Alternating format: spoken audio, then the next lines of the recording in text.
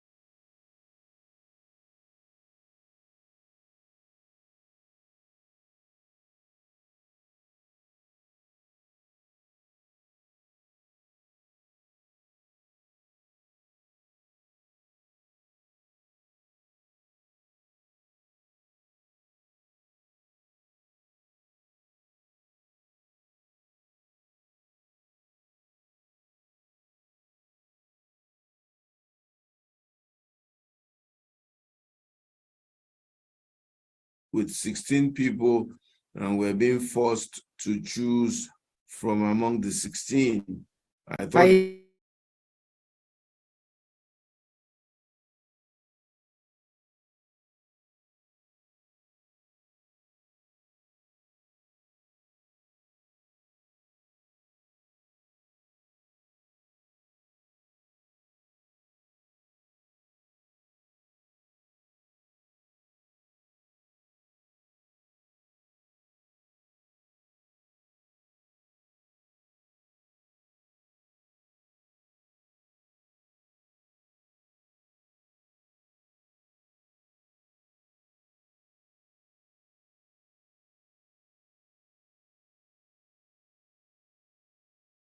lack of awareness. Everybody can have.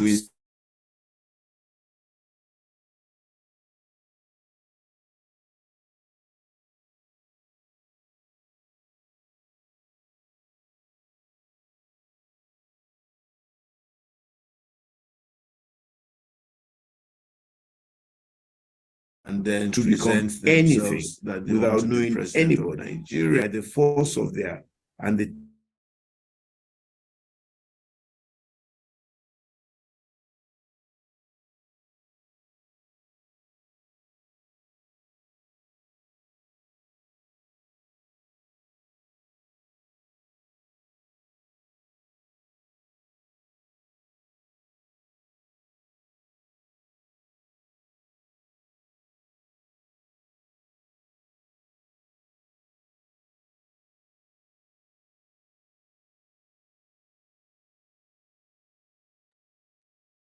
Are you sharing screen? Yes, I was, but I've stopped now. So you Okay, can so just I'm going to play play the national anthem Yes. just before we get started. Yes, please.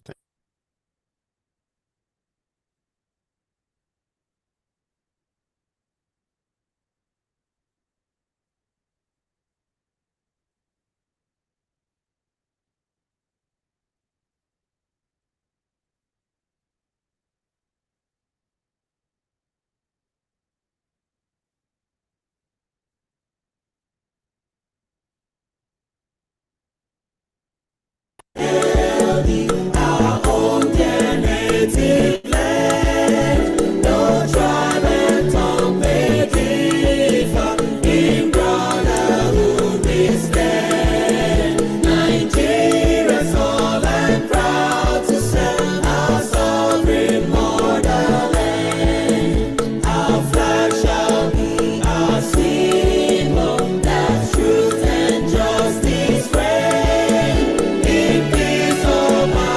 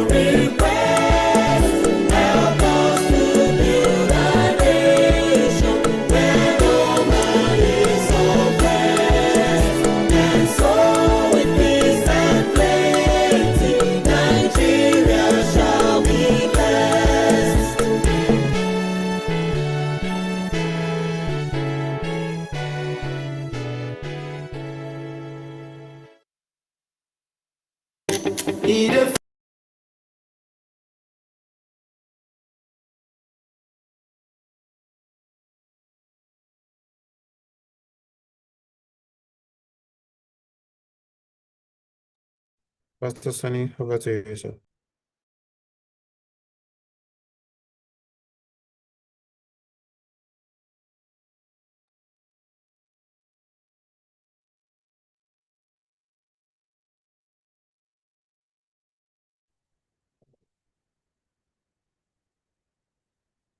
Yeah. Can you all hear me? Yes. Yes, sir.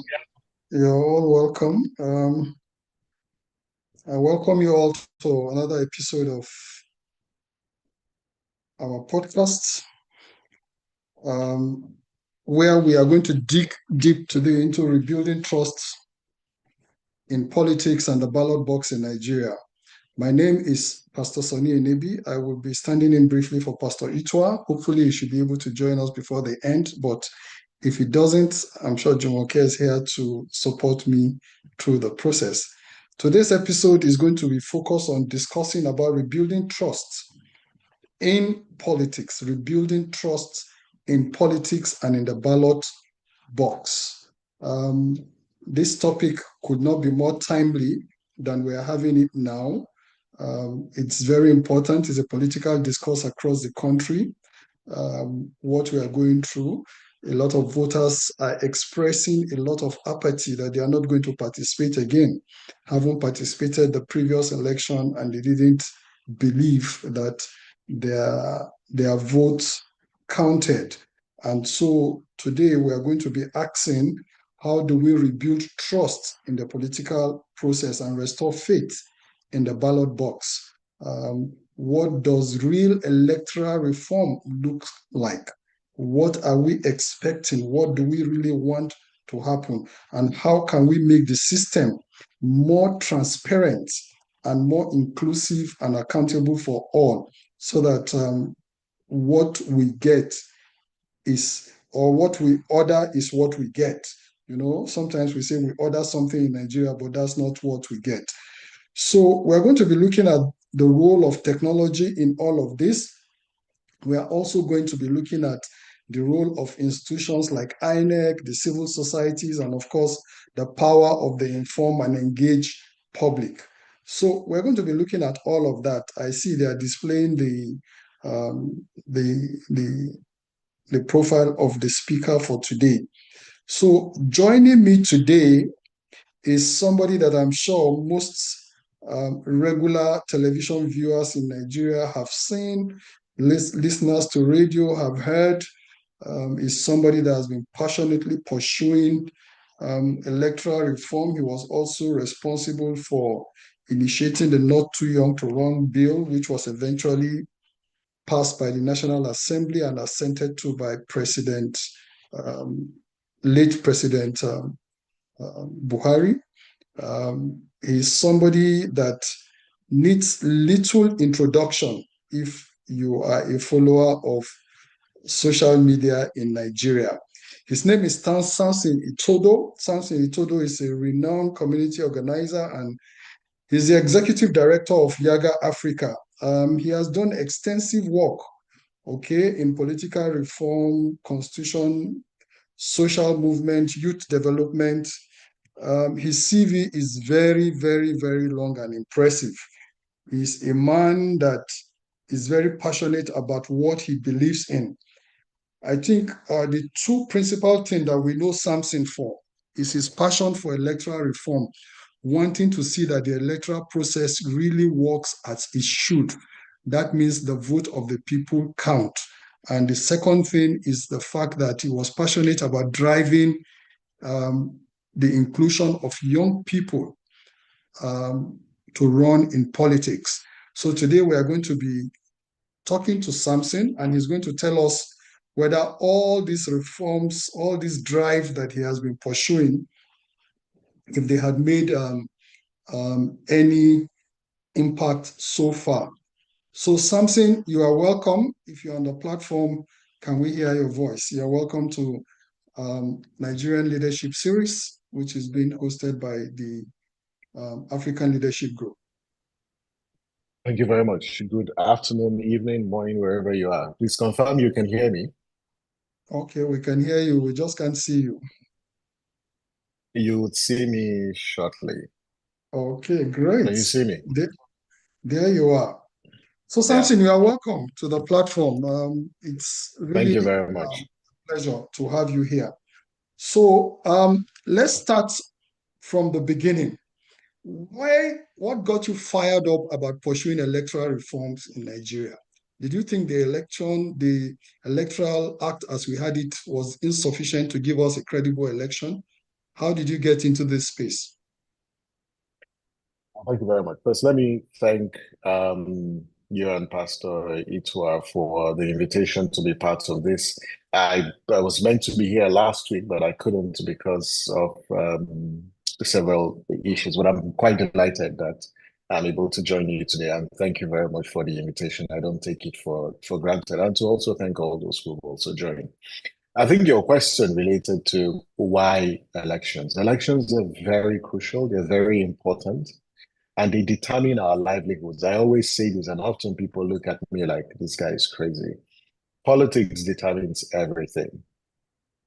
It determines the food you eat. It determines the clothes that you wear.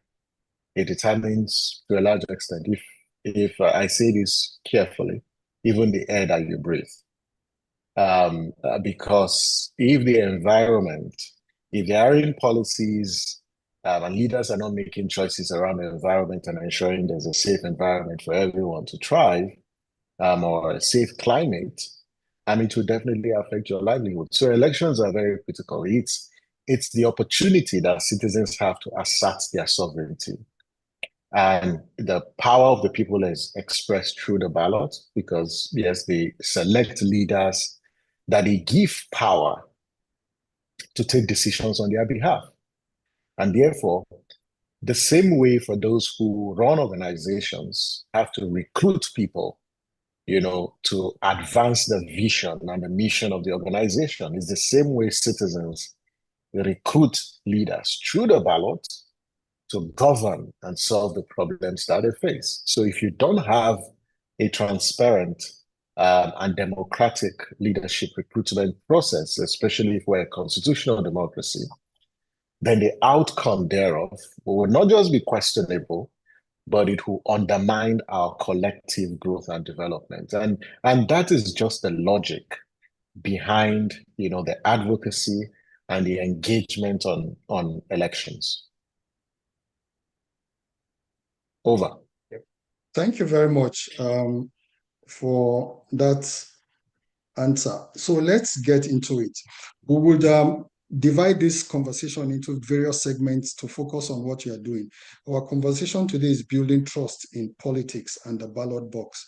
That's the way this topic is framed suggests that trust has been lost. Would you agree with that?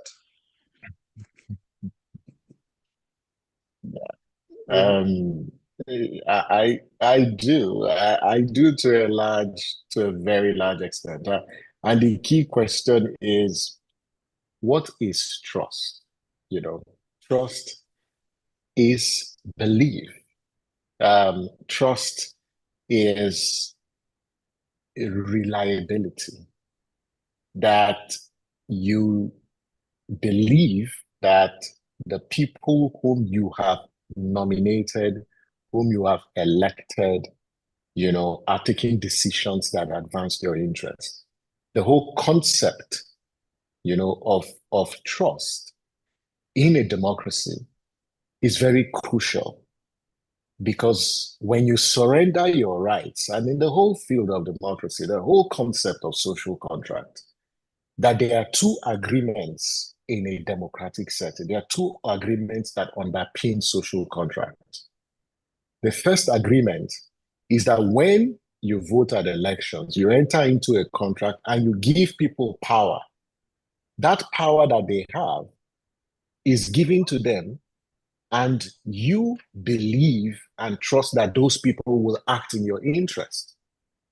And in return, those people are expected to ensure that your welfare and your security is taken care of. So you just believe that those people will act in your interest. So you trust them. Now, when they don't act in your interest, they betray that trust that you vested in them. And this is why in a democracy, there are instruments and mechanisms of accountability. That when people fail to perform their own bargain in a contract, they should be held to account. And we can talk about that.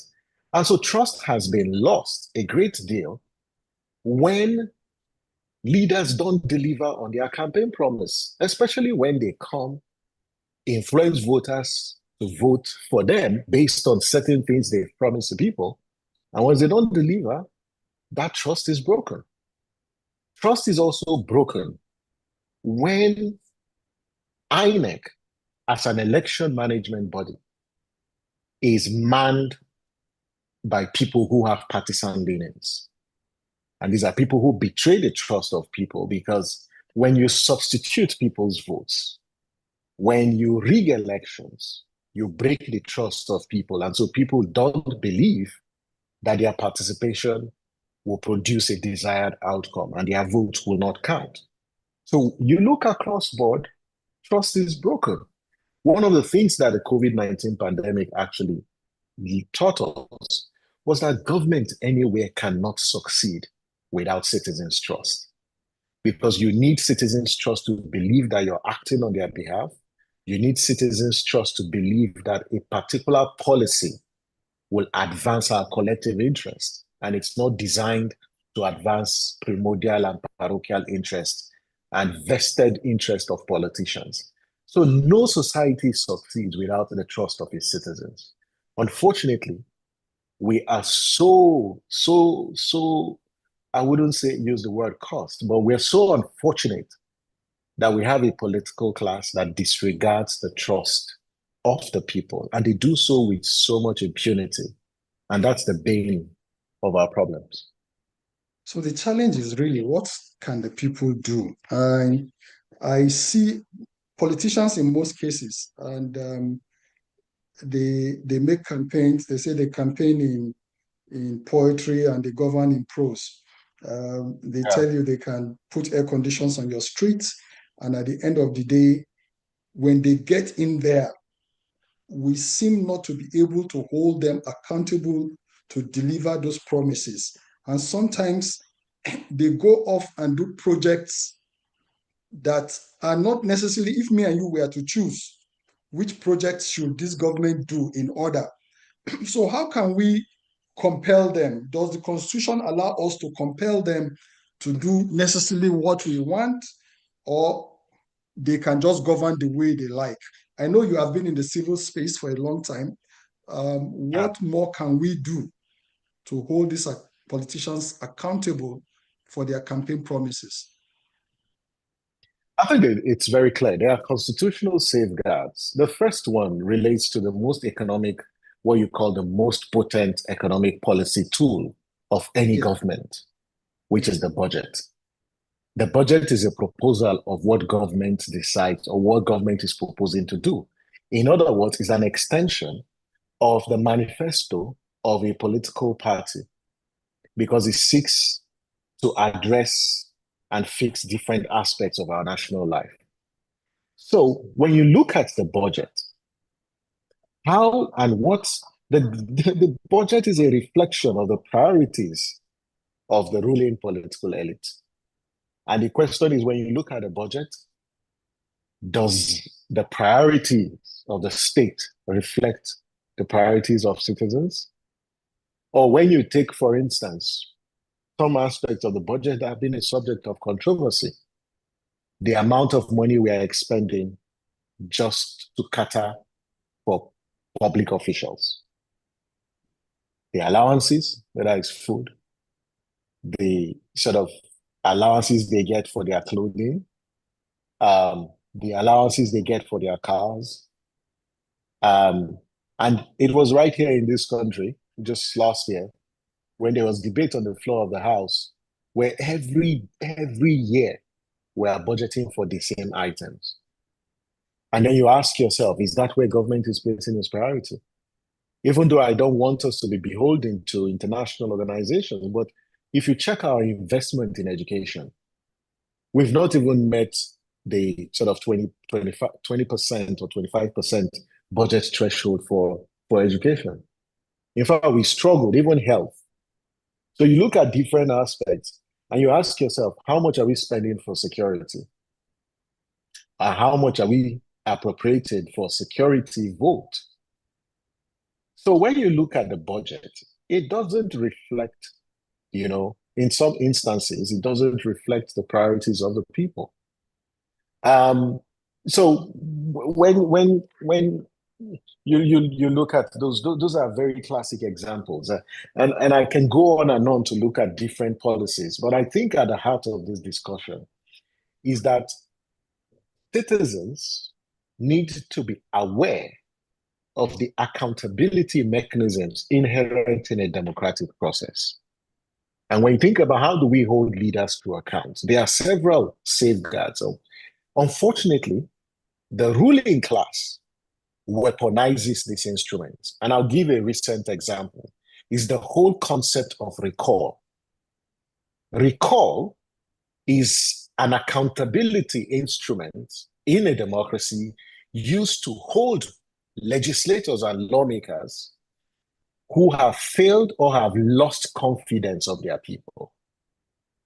But in our own climate, we've seen instances where that instrument has been weaponized to attack, oppress, and intimidate legislators that are performing or have stood for their rights of the people. And in the instant case of Natasha, that is exactly what they tried to do, to use a democratic instrument that should be employed for accountability. That's one. Secondly, when you look at impeachment, you ask yourself, how come that you have a legislature that is deemed to be an accountability institution that keeps the executive in check? This same institution is now telling we Nigerians that anything the executive brings, whether it is at variance with public interest, they are willing to pass it. And across the country, you can see rubber stamp legislators. So even when the president, even when governors, deviate, even when they abuse and assault the Constitution, you don't have institutions to keep them in check. But I would say that on a brighter side is this consciousness that citizens have. And we're seeing their use of social media to put pressure on the political elite. Just recently, there were 2 draconian bills that the National Assembly attempted to pass. The one on compulsory voting, the one also on counter-subversion bill. Citizens spoke. The National Assembly had no choice but to withdraw that bill. That is how we put democracy in check. That is how we hold leaders to account. And I can talk about how to do that even at the local government level. Yeah, so thank you. How to hold leaders to account. And you spoke about budget, which is one of the instruments that speaks to the intention of government and what they intend to do. And this organization budgets on a yearly basis, tries to do a divide of the budget. And this year they said about 11,000 additional projects were inserted into the budget at the National Assembly level. And if you look at all the kind of things that were inserted into them, all right, they make no sense. What will rile up the people to rise up and say no to this? Everybody is gone quiet. They are going to execute that budget. Nobody is making noise about it.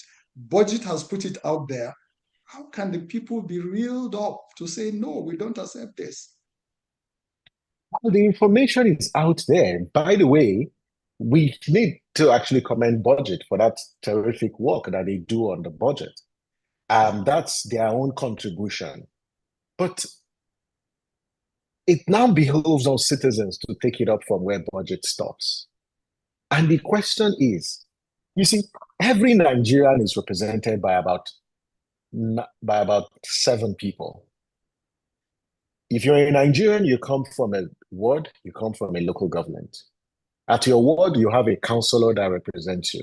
In your local government, you have your local government chairman. In your state, you have your state houses of assembly member, you have a governor. So at the state level, you have 4 people that actually represent you. Those are your leaders. At the national level, you have the member of the House of Reps, and then you have a senator, making 6. And lastly, you have the president. Now, in the case of the budget, especially at the federal level, and this should also be replicated at the state, have we contacted your legislator to ask them what was their position, what contributions did they make when the budget was being considered? Did they ask relevant questions to the executive when they presented that budget? Because if you don't have a strong opposition that keeps, these excesses in check in the National Assembly or the State House of Assembly, what you're going to have is the executive is just going to have a field day. And that is not the notion of separation of powers and checks and balances in a democracy. If you take checks and balances and accountability out of democracy, you no longer have a democracy. What you have is authoritarian rule. And this is why political leaders continue to undercut and undermine the institutions that should hold them to account. This is why we are experiencing all forms of democratic capture within our own space. So when citizens become unable to engage, the institutions that should hold those people to, that's why this whole concept of representative democracy, that this is not direct democracy where everyone is involved in decision making. You have employed people to take actions on your behalf. They should take actions on your behalf. So you have a duty to put the fire under the foot and feet of those who are representing you. And if they don't take any action, there is a mechanism for recall. It means those people have lost your confidence. The second point is the role that media also plays. And to what extent, is media putting this issue on the front burner of public discourse to get citizens to understand, the implication of this? Budget has done its own bit. It has done its own bit. It has published it, but it's now our responsibility, it's media's responsibility to take it and make it a subject of discussion and continue to put pressure, because democracy thrives on pressure.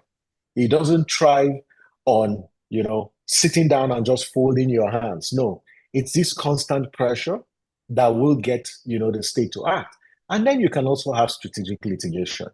One of the things that we must encourage, taking matters to court, going to challenge certain actions of government, and also trying to get the courts, to not just interpret, but to deliver judgments that compels government to perform its duty. All right, great. Thank you. One of the things, and I hear you when you say holding government to account, but I was in a conversation recently with a group of people, and that was just speaking about holding your elected officials to account. And a gentleman in that group said, look, it's impossible to hold these guys to account. And this was the reason he gave. May be right, may not be right. He said, the bulk of us that can hold these people to account either live in Lagos, in Abuja, in Port Harcourt, or in the major cities. These guys represent a diverse group of Nigerians, mostly from the rural areas. And they are duty bound. They have an office in their constituency. And most of them go there. But what you find is that there are party people that go together. Now, you come from a state, but you live in Abuja. Now, when your rep is going to the state to have a constituency meeting, you are not there. Now, you cannot trust the level of people who are there. They may be intelligent, but because they have weaponized poverty and all of that, they are not able to ask the cogent questions. And so we keep having this circle of the elites talking to themselves in the cities. And these guys, if you go, all of them are having constituency meeting. They do. But who attends those meetings? You are in Abuja speaking your grammar.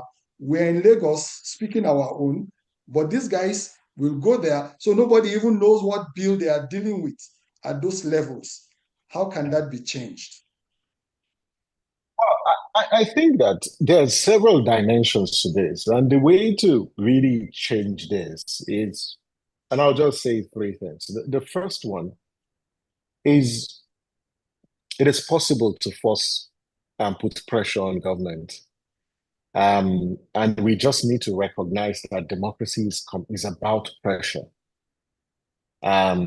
This is not it's about pressure. You matter in a democracy. And the only way you can demonstrate that you matter is to use your voice as a citizen. This is why the Constitution guarantees your freedom of expression. Forget the pushback by the state. The state is also a creation of the Constitution. So it is bound by the Constitution. The fact that we sort of, sometimes act like we live in a banana republic, we should resist the temptation of accepting this abnormality as a norm in our society. And that's why you need to continue to use your voice. Now, the question is, how much are we investing in political education? We all will not live in the rural areas. We live in urban centers because, of course, when you think about social mobility and people really need to improve their socioeconomic conditions. And so there's nothing wrong if people are living in the city center. There's absolutely nothing wrong. What is wrong is whether they are staying connected with what happens at the community level. And I'll say this is one thing we can do. One, there's a current push to establish local government as a third tier of government. And this is an opportunity. With the financial autonomy strengthened and administrative autonomy guaranteed for the local governments, it provides a huge opportunity for citizens to also focus on what's happening at the local government level. Forget about what's happening at the center. Think about what's happening at your local government level. There's always that temptation to focus on Abuja and not focus on your local government. Because if we all focus on our local government, think about it. If the entire 774 local government transform, the entire country is transformed. We pay less attention to what happens at the center. Yes, I understand that structurally there's a lot of centralization of power, but one way to begin to change that is to go from the bottom, to begin to mobilize people and make them conscious. So that when, those constituency meetings are held, they can make quality contributions and ask those difficult questions. That's one. Two, we have traditional institutions, we have religious institutions in our local communities. How are those institutions harnessed to advance, accountability? We often leave them to capture by politicians. I work for an organization that conducts citizens or people's assemblies, which is a deliberative democracy tool, where we get public leaders at the local government level to engage with their citizens, prioritize issues and respond to them. Because we see public deliberation as a tool of rebuilding citizens' trust in the democratic process. And I know that the budget also does things around constituency projects, taking the information to citizens, empowering them with those information so they can engage. And I ask, during holidays, when you go back to your village or to your homes, how are you using that opportunity, to host town halls, to educate people about their rights, about their duties, and how they can hold their leaders to account? So I think that we just need to note that we are all collectively responsible for galvanizing citizens to place the demand. It may not happen with us directly.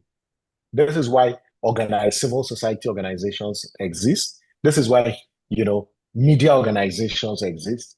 And I think this platform, this whole weekly meetings that you hold is also a tool for political mobilization and socialization, helping people understand that it's not enough to say you cannot do anything. It's not enough to say because you're not in your local community, you can't do something. In fact, there's so much resources that you have, and not only financial resources, that can help push the needle. And if we all take action, it's a constellation of that that builds the strategic power that is required to get this terrible, predatory political class of ours to shift in their behavior. Thank you very much. It's nice that you said that. I mean, that's precisely what we are trying to push, and the narrative we've been trying to push since we started this podcast that we've been running. And thank you for highlighting that we all have a part to play. Let me take you to the part of the electoral reform, which I know it's one area that you are very passionate about. After the electoral reform that Buhari signed, and we saw the beavers and the IRF and the way Mahmoud came out and was saying this is going to be a game changer, results will be transmitted and all of that. And all that glitch happened. Are we back to the drawing board? Because right now, I know they are considering more reforms to consider electronic result transmission, diaspora voting, unbundling of INEC, and all of those things. You are in this space. What are some of the reforms that you are pushing through, and where are we with that? Let me preface my remark on this to just say this, that in today's Nigeria, we have an electoral act that can deliver the best of elections that we've ever experienced. It's just that you have a political class that does not believe in democratic principles. They want power, but they are not ready to play by the rules for securing that power. So we have a law that exists, and if only our politicians shift and change their bad behavior, we will not be having this conversation. Because it doesn't make sense that after every election, we are changing our laws, we are amending our laws. The more we amend the laws, the less the quality of our elections. Why? Because there are several intervening factors from the political class and their behavior, and that's what undermines the process. But having said that, in terms of the reforms, let me just highlight there are several reforms. Interestingly, I just came from the National Assembly straight into this, where we're looking at the electoral bill, which will be tendered at plenary next week. Bearing any last-minute changes, we will have an electoral bill which will go through first and second reading next week. But there are 5 issues. The first one is the independence of INEC. How do we strengthen INEC's independence? And it's simple. The operational independence of INEC. You cannot have politicians pretend over elections and expect people to trust the Electoral Commission. It doesn't work that way. There's a reason why neutrality is a cardinal principle of elections and election administration. But in our own case, you've seen how politicians capture INEC by appointing people who have clear partisan leanings and people who don't have the moral credentials, to hold that office. So part of what the reform and the proposal is remove the power of appointing the INEC chairman from the president, since we've been told that the president is a leader of a party. It's the same thing that applies to national commissioners and as well as the resident electoral commissioners. Interestingly, INEC aligns with citizens. In fact, INEC is proposing, although limitedly, to that resident electoral commissioners should not be appointed by the president. They should be appointed by INEC, because if you have the IG of police appointing commissioners of states, then you should have INEC also do same. So that's one. The second one is electronic transmission of results. That when you transmit results electronically directly from the polling units, it becomes easier for people to track the results. It becomes very difficult for those at the coalition level to undermine the outcome. So compulsory electronic transmission of results that will go hand in hand with the manual process.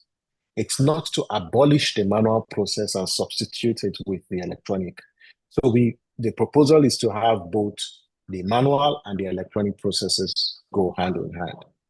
The third one is the need to conclude all election petitions before the winner of an election takes oath of office. In other words, conclude all election matters before someone is sworn in. Because in a recent experience, we've seen how that particular system where a winner is declared sworn in, and then you have a petition process. We've seen how it's been exploited, to either encumber on the judiciary, entice them, pass all sorts of legislation that, to a large extent, seeks to influence judicial outcomes, I must say, whether directly or indirectly. The fourth one is on Electoral Offences Commission, the prosecution of electoral offences. Because of the level of electoral impunity in our country, there's a great need to have an Electoral Offences Commission that does nothing but prosecute electoral offenders. And then we can also talk about the PVCs. Part of the reforms is to jettison the PVCs and just have any official form of identification, as part of the documents that may be presented on the day of election. So if you show up on the day of election, you don't have your PVCs, you can download your voter's card from INEC's website because your name and your fingerprints are on the BVAS. There's no need to say no PVCs, no vote. That aphorism is actually obsolete and is, as far as today's electoral system is concerned, we need to jettison that. And I think that's part of the proposal. Of course, there are other proposals like early voting. Sunday, you won't believe that, journalists in elections and our security agencies, they don't vote at elections. Election observers don't vote at elections. INEC officials don't vote at elections. Prisoners are unable to vote at elections. So we're talking about low turnout for elections, but we are also excluding a critical segment of society, from casting their vote. So there is a proposal to have prisoners voting as well as early voting so that security agencies, INEC officials, accredited observers, journalists who are on essential election duties can cast their votes at elections. So these are some of the top priority issues, for reforms. And I do think that these reforms would really strengthen our electoral process. Thank you very much for highlighting those. One thing I want to say is this electronic transmission of results, you say it's already there. You should be taking side by side the paper they bring. Excuse me. So if there is a conflict between what is transmitted electronically and what they eventually submit, which takes precedence? And let me add this. Is it possible to set up an election monitoring board? I'm not talking of board as in an organization, a board, a room, where so for a state level, it will be at the states, all right? Where every result coming in, as it's coming in real time, they are putting it on the board, so every local government is listed, state by state are listed, all the units and ward are listed. So as a ward is concluded, in fact, a unit, so that everybody is seeing it. I know we can see that on IRF if you go, but can they have a coalition? I mean, I don't know because sometimes the way the courts are behaving, they say once it's not in the Electoral Act. No, in fact, some things are in the Electoral Act, but they say it's not in the Constitution. So I don't know how they interpret these things. So that's why people are clamoring for more reforms. Some things are in the Act, but the INEC can decide to jettison the Act because it's not in the Constitution. How does that work?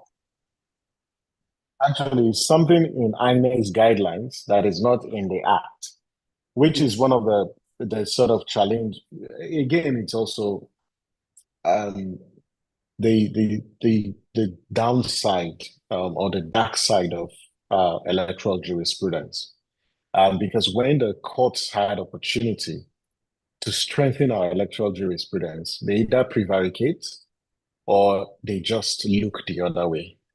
And these are the forms of judicial misconduct that strengthens and deepens this impunity in our electoral system. And that's what has led to broken trust, because citizens don't believe. And I don't think that we understand the depth of what it means for citizens to not trust that they will get justice from the court. We are just playing with fire in this country. And I hope that God will help us, appreciate the consequence of this lack of trust. Because what lack of trust can do, especially in institutions, it's just unimaginable. And I think that, yes, when you think about the sort of collation process, what you're referring to is e-collation. It is possible. We can do that, right? But there are also mechanisms for doing that. But even if you do that, if the personal integrity of those who are managing those processes, if it's not guaranteed, they will still manipulate the process, because no process is insulated from capture. As long as humans are involved, it is susceptible to capture and manipulation. This is why we also need to speak to ourselves as Nigerians. The whole notion and the principle of integrity is crucial. And it's non-negotiable, because those who are manipulating elections are Nigerians. Those who work in INEC, they are Nigerians.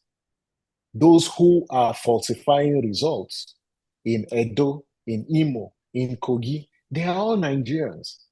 Why is it that they continue to yield to the temptation and the pressure that comes from politicians? Can we ever get to a point where citizens, and I know there are cases where citizens, election officials have said no, they would not accept bribe from politicians, and they will stand on their honor to ensure that they do what is right. Some of the core members that were killed in 2011 during the 2011 elections, some of them died because of their insistence on doing what is right. And I'm not saying that people should die, but there has to be a generation of Nigerians that will say no to these politicians who want to undermine our process. So it is possible. It's not a silver bullet, but we as Nigerians, also need to continue to uphold this whole principle of integrity in the management of national affairs. All right, great. So let me ask two more questions, and both are related before I hand over to the way we do it here is the people also can ask you some questions. There have been suggestions to hold all elections in one day to bring down costs. Is that part of what is being considered? And there's another movement saying we should go back to parliamentary system, that running this presidential system is simply too expensive for Nigeria. In the parliamentary system, all you need to do is campaign within your area. If you win, you come to the center. At the center, they choose who will be their leader. So you don't even have to go around your state, except we are doing it by state representation. So that would, and then we get more quality people. The ministers are elected from among the parliamentarians. All that happens. So two questions, all aim at seeing how we can manage the cost of holding elections. I think the first one on holding elections in one day, yeah. I am for it 100%. It is part of the ongoing discussions with the reform process. And there are discussions, not to get into the technicalities, but there are discussions to either remove that from the Constitution and put that in an electoral act, but it's a discussion. There is some measure of consensus that elections should hold in one day. And I say, yeah, we should have elections in one day. Kenya has 5 or 6 elections in one day. Voters receive 5 ballot papers. It would definitely save cost. And I totally support having elections in one day. It will even limit the sort of bandwagon effect that we normally have in the course of elections. But I totally agree that we should have elections in one day. It will reduce cost. It's just that the logistics might be greater, But this is Nigeria. There's nothing that is impossible. There is nothing that we cannot do. We just need to commit ourselves, to those principles. And it's really possible. So I totally support, holding elections in one day. I think your second question relates to shifting to the parliamentary system of government. That the well, presidential election the style is just too expensive for us. Well, I'm indifferent. Anyone, if we choose anyone, some say, yeah, because of the fusion of power in a parliamentary system of government, it reduces cost. You have, a single legislative house, depending on which model. If Nigerians want to revert to parliamentary system of government, I strongly support it. If we want to revert or maintain a presidential system of government, we do need to modify some aspects of our presidential system of government. Because I totally agree, yes, it's very expensive. You can't have a bicameral legislature that does the same thing. Why not have one legislative house? The arguments have been, but who would serve as the check on each other? I'm like, yeah, we can have one, legislative house and still ensure some measure of accountability and not have two chambers. You can have a unicameral legislature. You can also have reduced seats, even though there's a clamor to reduce it. So I'm on this particular point. I'm quite indifferent. I think at the end of the day, the key question to ask ourselves is which of these, guarantees accountability, and which of these will deliver responsive, accountable, and transformative governance to the people, and which of these will put people at the center. Because those systems do have their flaws, they have their, pros. We just need to build consensus around which we choose as a country. Right, thank you. I know I said the last question, but let me ask another last question. I know you championed the Not Too Young to Run bill, which was passed by which was assented to by the late President Buhari. How would you assess that bill that has come? I hope the bill has come into effect because Buhari said the bill will come after he leaves, and he has he has left. Would you say we have more young people participating? And what has been the impact if indeed we have more young people participating? Are we seeing, more accountability, credibility, more vigor, or it's just the same? Would you say all you campaigned for, are you seeing the fruits of that, agitation that you spearheaded? Oh, by the way, I really owe the commendation to the Nigerian people, especially young people. Because when you think about the success of that campaign, it's not really about me. It's about the young people that took their phones to call their legislators and say, vote yes for Not Too Young to Run.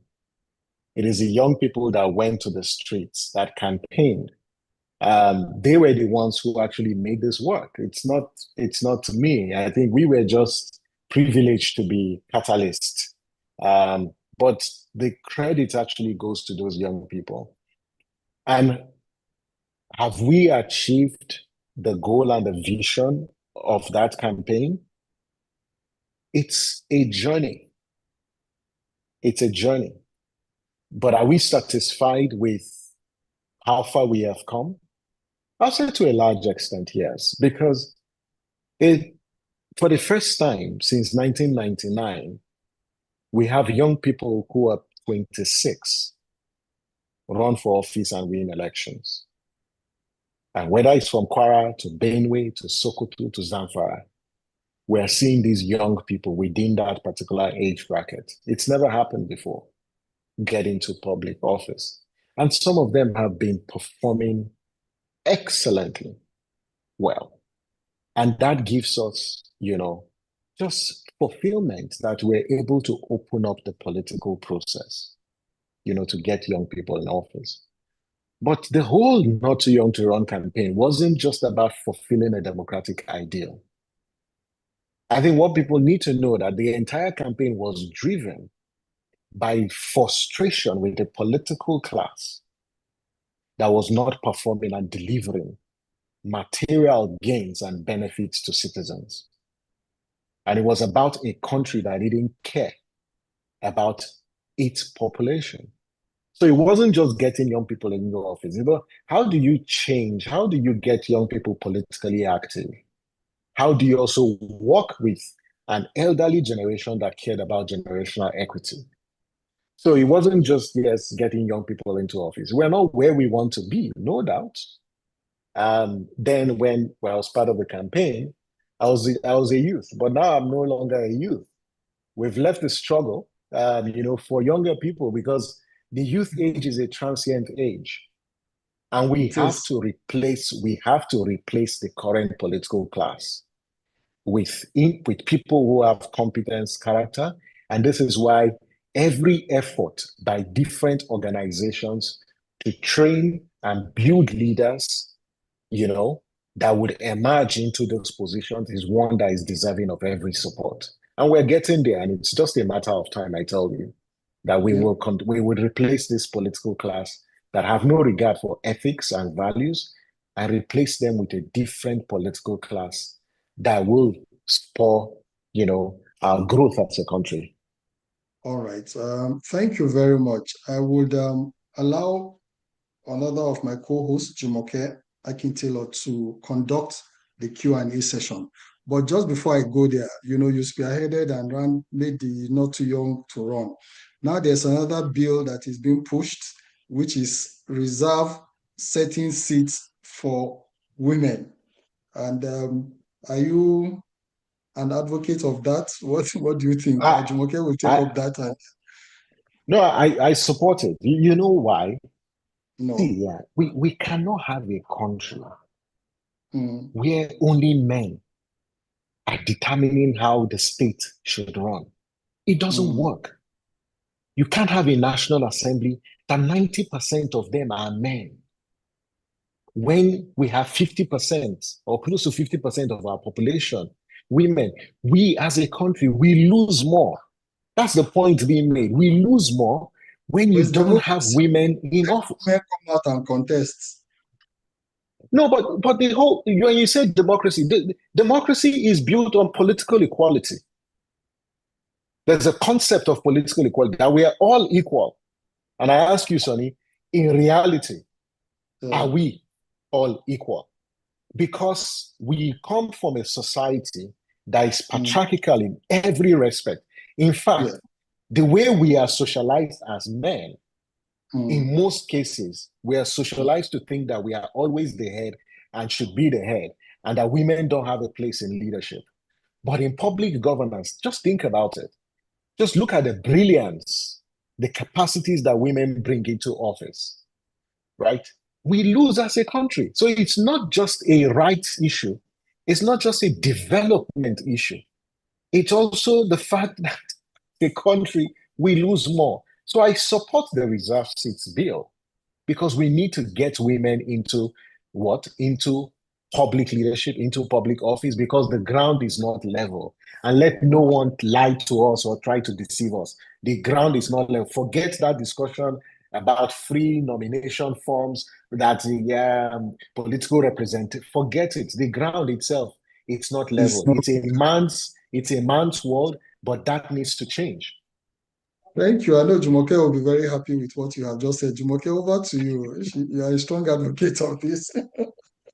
Good evening, Mr. Itodo, and very welcome to NLS, and we're so glad to have you. Let me also publicly state that I am going to volunteer to be your campaign manager for any office that you are going to run for those comments that you just made.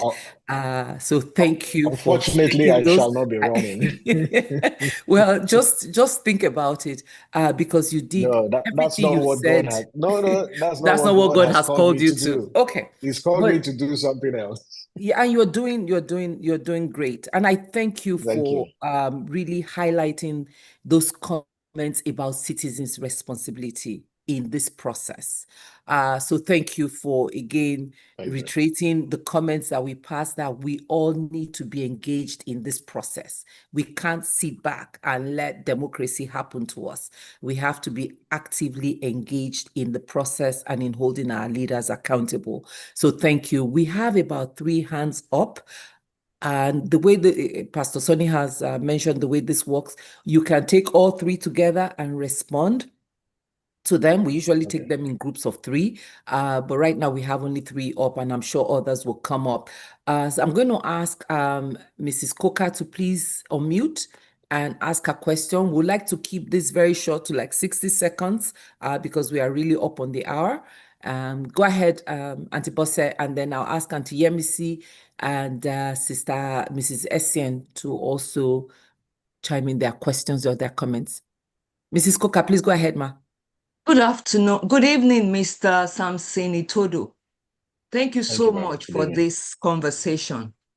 My own concern, which is personal, is what can we do practically to remove the weaponization of poverty among citizens, especially the privileged, especially the less privileged in Nigeria and Africa. That's something that is of concern to me, and it's very, very critical. Thank you so much. Thank you, Ma, for keeping that brief. Auntie Yemisi, please go ahead, Ma. We've asked you to unmute.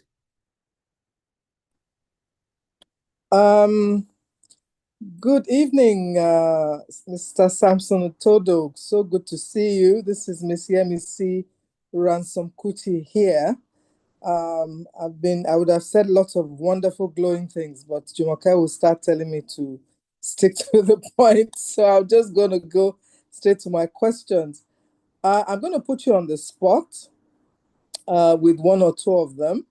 The first one is that it has been widely reported that all political parties are involved in some level of rigging during elections. Is this what you have found in your monitoring of elections in Nigeria?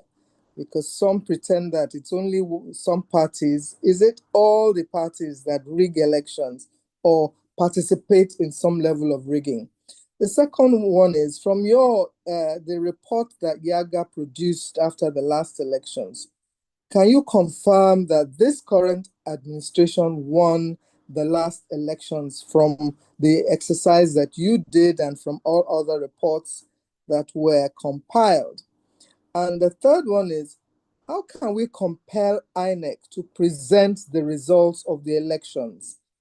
Particularly from the form EC8A, which is the gold standard of the report of every election in Nigeria, where you have the confirmation and the candidates, the opposition, the police, INEC, and every other person has a copy of that result.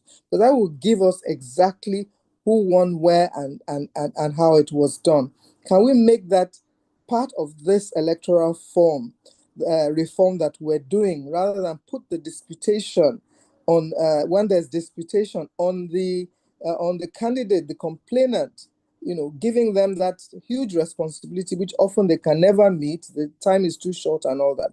Can we make that part of the reforms that we're doing? And finally, I'm very happy you mentioned the local government and the activities that you are engaged in at that level.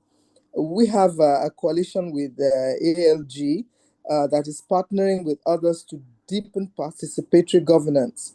And you have agreed to give us a representative that will work with us on that. So please, I'm going to hold you to that.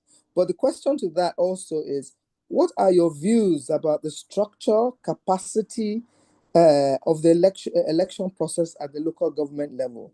LISEC, do you think they're sufficiently equipped to conduct local government election? What kind of reforms should we ask for at that level? and the stakeholder engagement processes. You've spoken a bit about it. How more robust should it be? Should it also have some constitutional or legal imperatives that compel our elected officers to engage more robustly with the electorate at the local government level? Once again, thank you so very much for all you do. We're super proud of you. If you're not running for election, we have to campaign for a position for you, maybe as the next INEC chairman in subsequent elections. Thank you again so much for all you do. We're very proud of you. Thank you. Thank you very much, ma'am. Thank you so much. Can you take those two, because Auntie has 4 questions, and I have them written down. If you need me to recollect them, okay. All right. I wrote them down. Okay. So let me start with Auntie Bosse's question about practically, liberating our people from poverty, or preventing this weaponization of poverty. There's an economic dimension, but there's also a moral dimension, or perhaps a social dimension to this. And when people, for instance, sell their votes to politicians, the question is that an immoral act? And there are several schools of thought, but I'll say 3 things, we can do. The first one, it's about political education. And how much are we enlightening people about what democracy is? And I saw a comment in the group about an assumption that, in the chat box, an assumption that people know what democracy is and know what accountability is. And I think if we invest in political education, we can help people realize their full potential, realize what they are entitled to, and how they can get it from their political leaders. We can also empower them to know the right question to ask. We can empower them with information to say, those people who are buying your votes are buying your votes for a particular reason, because they want to silence you. So we need that sort of political education. The second, it's about empowerment. The truth is, when people are hungry, when people are not guaranteed, of the next meal, the reason is failure of governance. And so we need to ask ourselves whether what we want is immediate gratification or long-term gain. And it's a choice that people have to make. And that's why the choices that we make at elections have consequences. And when people are not accountable and they get into office and they don't govern, it impacts on us as a people. Our health is threatened because when we go to hospitals, the money that would have been used to buy drugs in those primary healthcare centers would have been stolen and siphoned by these same political leaders. And so we do need that sort of empowerment, but are there also things that we can do, whether as a church or as a community, to empower people financially, so that people are not vulnerable to, capture and influenced by political actors? So it's political education, it's financial empowerment, and I know that there have been several churches and communities who are doing so, but also good governance. And that's why accountability has to be, the call for accountability must not stop, even though that's a long-term goal, but I still think that we need to invest in doing that at a different community level. To Auntie Emisy's question, I think the first one is whether all parties, I'm glad that you prefaced your question by saying you're putting me on the spot. This is not just spot, I'm on the spot. But on whether all political parties are engaged in rigging, let me say this, and I say this with a deep sense of responsibility, that there are certain paradigms, and by paradigms I mean there are certain belief system within our political class. The first one is that you cannot win an election in Nigeria if you don't have a rigging plan. And that's what all politicians believe. And unfortunately, it might not be the experience of some other people, but that view really has a lot of currency within our political process. And this is why they do all sorts of things. They have budgets for INEC, they budget for judiciary, they budget for security agencies, they budget for the voters. And that's where they spend a lot of their money. It's in this same country, just a few weeks ago, we saw how one of the resident electoral commissioners from Sokoto State, INEC resident electoral commissioner, is being prosecuted for corruption and bribes in dollars, not naira. We also saw what happened in Abia in the last election, how there was every attempt to influence the outcome of that election. So are all parties involved? I'm not one who gives into generalization, but most political actors, are somewhat involved in undermining the electoral process. And it could be large scale or even small scale, sort of shenanigans towards undermining the process. The second one is, if we can confirm if the current holder of the office won the election. So it depends on what we mean by winning the elections.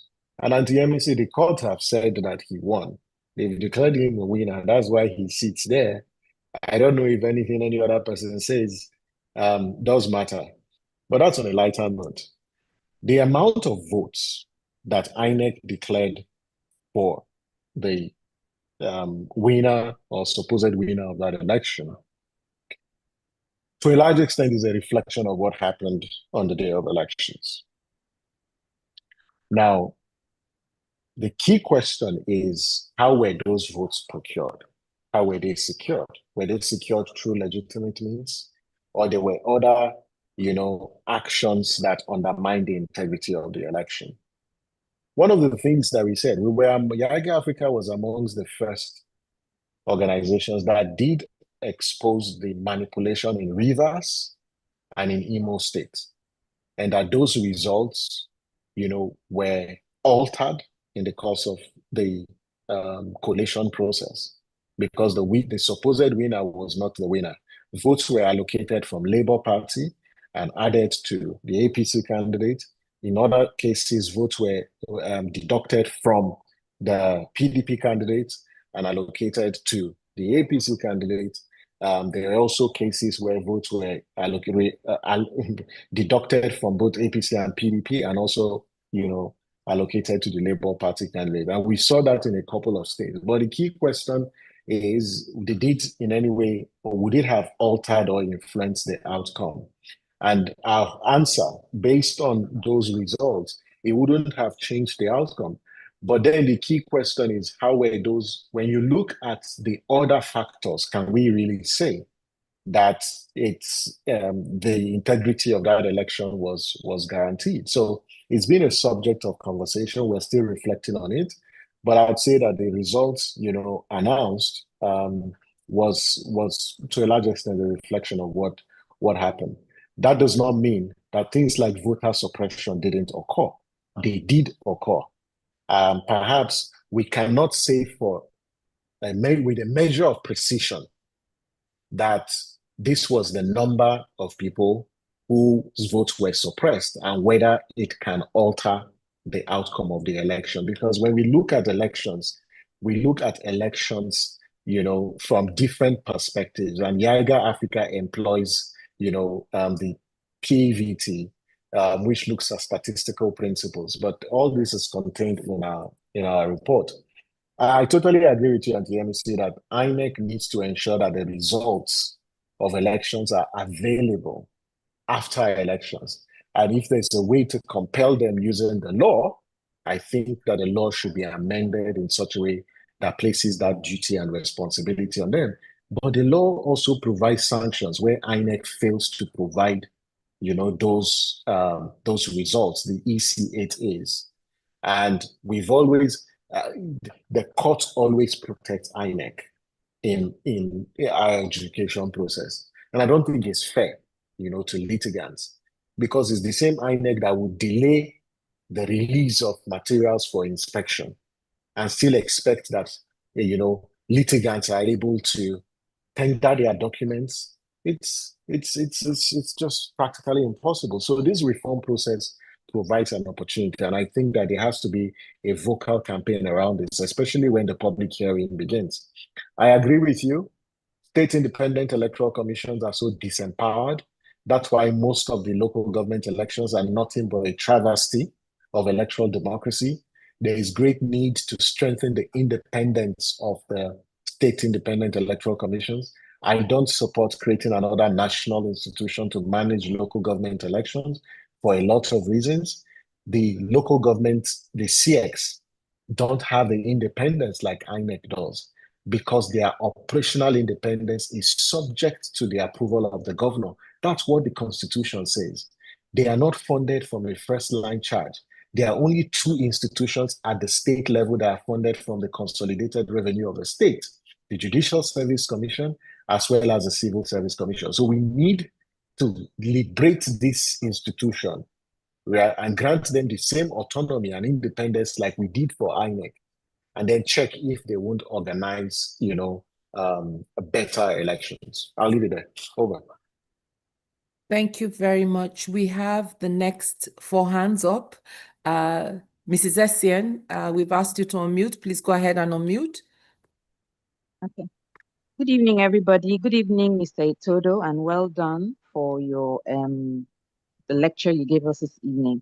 So my question is based on your revelation that you're considering prisoners, being enfranchised in the subsequent INEC electoral reform. Now, my question is, have you thought of the other side of this proposal? What is the framework? Have you thought of what has been going on? For instance, during the elections, a whole ministry, the permanent secretary could say, we're all for a particular party and everybody has to vote for that party. Have you thought of the fact that it could also happen in the prison? So maybe Kirikiri, a maximum prison, whoever is in charge says, all of us here, we are voting for a particular party. Make sure that whoever is in charge delivers. Maybe the reward for delivering is promotion. Could also be that the reward for voting for a particular party could be that your sentence will be commuted. Have we thought of those loopholes? While it's a good thing to enfranchise everybody, but I think that if you're committed to prison, it means that certain rights are denied you for a particular period. Shouldn't that be one of the costs of committing an offense? Because, like I said, this could also turn around to be a way of getting people to vote for the wrong reasons for them to get out of prison. So what are you doing, or what do you have in mind to prevent this kind of thing occurring? Because it's a very likely thing that would happen. Thank you. Thank you very much. Pastor Funke Awolowo, please go ahead. We've asked you to unmute. Please unmute.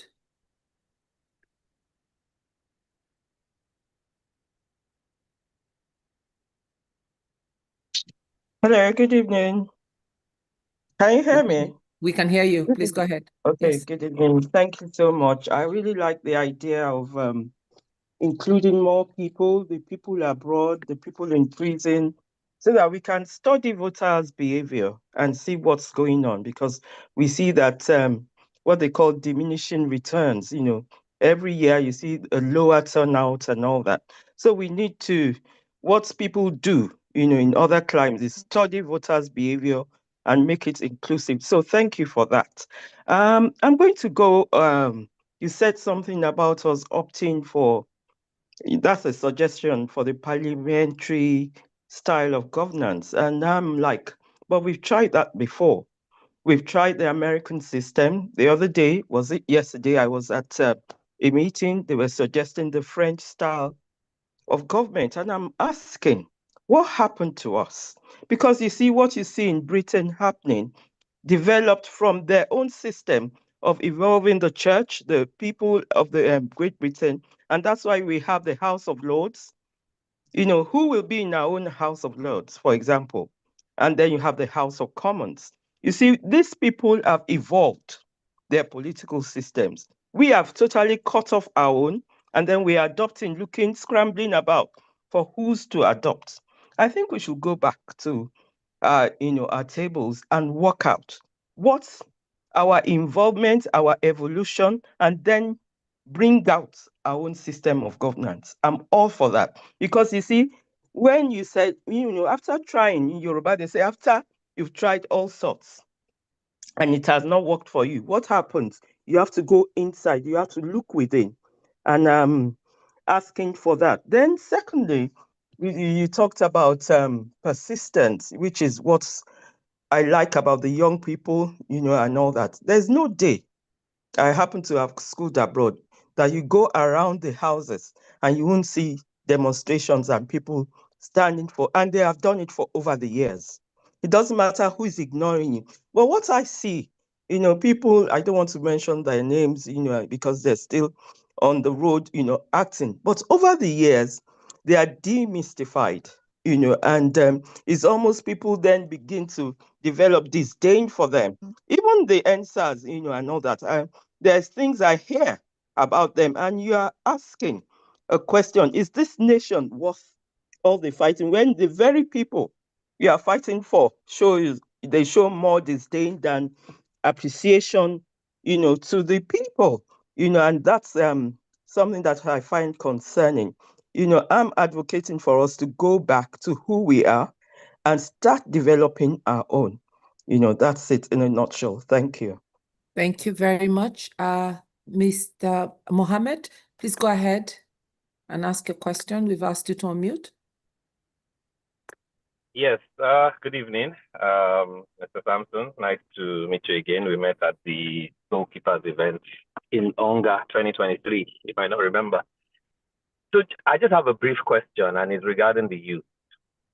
Two questions. One is, aside from, participating, not too young to run, that you advocated for, encouraging youth to come up, buy forms, get elected as well, come into the system, what other role do you think the youth can, because not everybody can, participate electorally as a candidate or an aspirant. What other role, considering this is the largest demographic in the country, do you think the youth can play regarding the electoral process in general and politics, not just even the electoral process, but politics, aside from trying to get elected? That's one. And then secondly, as a ride-on to that question, a lot of countries now are beginning to reduce the age limit of voters. Like UK, for instance, I heard they are passing the bill. They are bringing it to 16 as of 18, which again would in turn bring in more people, just like we're trying to say, let's have a wider, scope of people participating in this process, because it is very important. Like you said, elections are very important. Do you also think that in Nigeria, we should start looking at, reducing that age barrier to 16 as well? Or, they might just be too young to participate in elections? That's it. Thank you. Thank you. And I'll take Mr. Folabi, and then you can, I think, no, you can take those three, because those are the three sets of questions, and then we'll take the last two.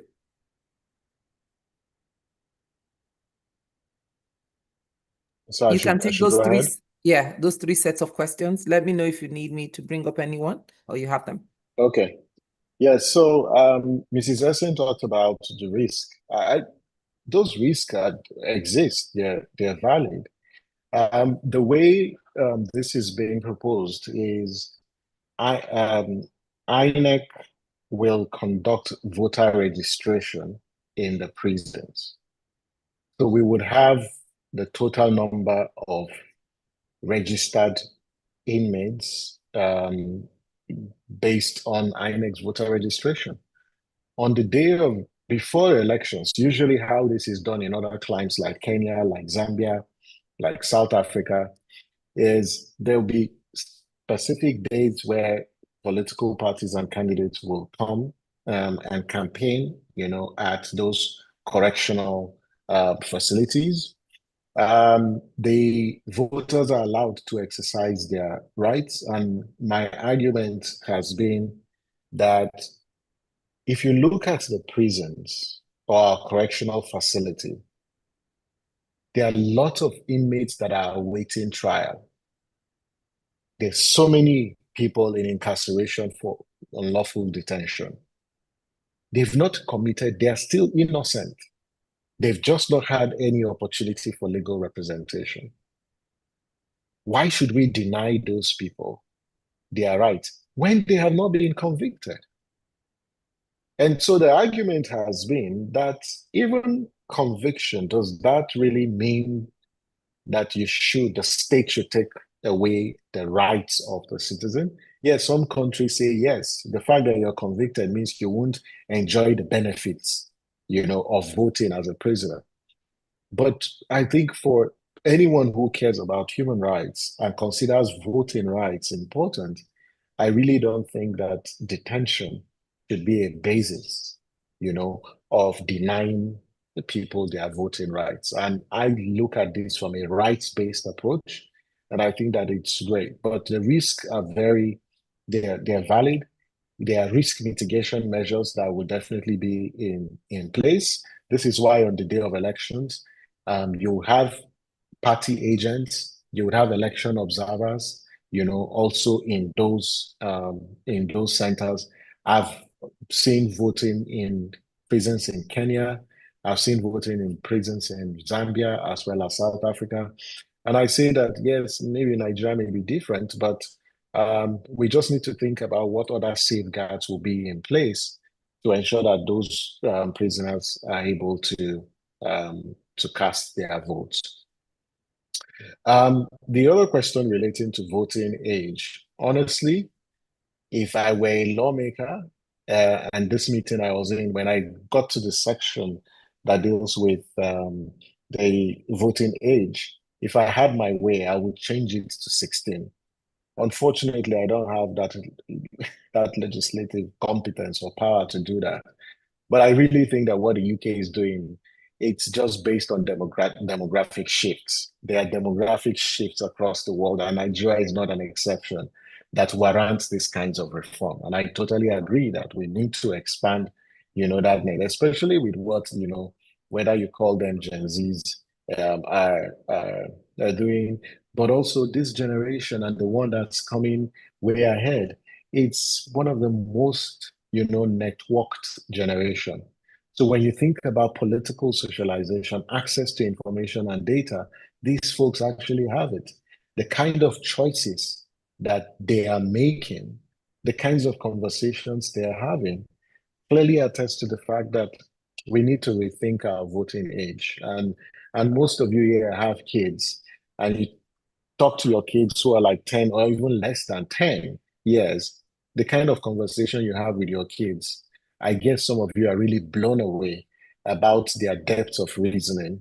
And so I do think that, yes, we should consider that in Nigeria. In terms of what roles young people can play aside running for office, I think young people are playing a lot of roles. First, young people can hold and organize, initiatives that provide policy alternatives, whether through civil society organizations or youth organizations. They can advocate for policy changes. And we see that really happen because in terms of the informal forms of political participation, young people have done remarkably well,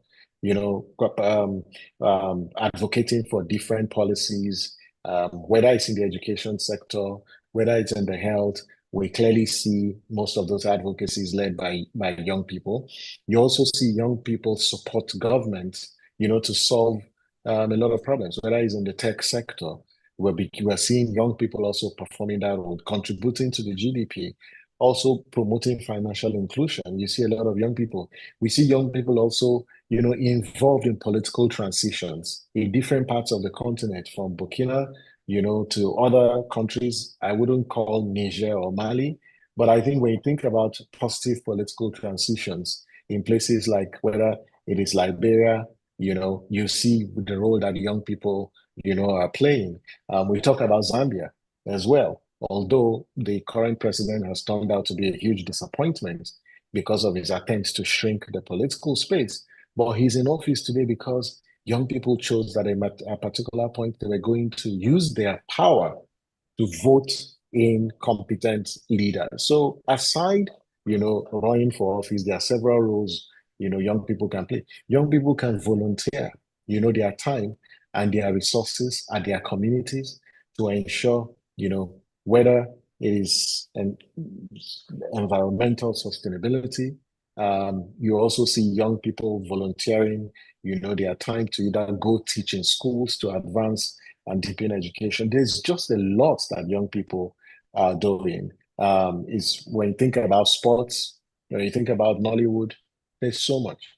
It's just that when it comes to politics, I think young people need to do a better job of using their numbers during elections, showing up to vote, but also using their numbers to vote for competent leaders.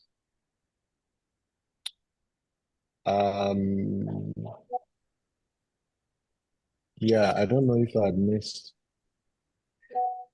There's something for. So you talked the style of government, about going back to maybe our own specific style of governance instead of using the different countries' style of governance. Yeah, no, I'm Pastor Funke. There are several discussions around this. I think at the end of the day, and it's within this debate whether, even democracy itself, if it's a universal tool, or is a universal institution, or the principles of democracy are universal. I totally agree. We need to have discussions about the systems of government that we practice because pre-independence, there were systems of administration. The question is whether those systems are compatible with our current reality. And that's something we need to ask ourselves. And so we have to evolve, with our own system. And I totally agree. And it's as simple as things around term limits. And we've had that argument, and we continue to have that argument as a country, whether a single term of 6 years or 2 terms of 4 years each, which is better for Nigeria. Now we're talking local governance and decision making. We're talking devolution of power. I think that's why those who are pushing for a new constitution, that's where they come from. That there's a great need to have deeper conversation about the structure of government that we have, whether we should just have just 6 regions and not just have any government at the center, whether it's a unitary or a confederate, whatever the case is. Yeah, we need to have those discussions. But my sense is we need to think about how to decondense power. And when I mean power, I mean, political power. We also need to think deeply about how we manage our resources and who should have access to it. But lastly, we need to have a conversation on what it means to be a Nigerian. And I think that's really important conversations that we need to have. Unfortunately, some of these conversations I've held, they are contained in reports, but there's just lack of the political will to implement some of that.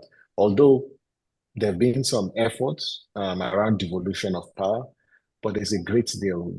Where we are is too low for the capacity and resources that we have as a country.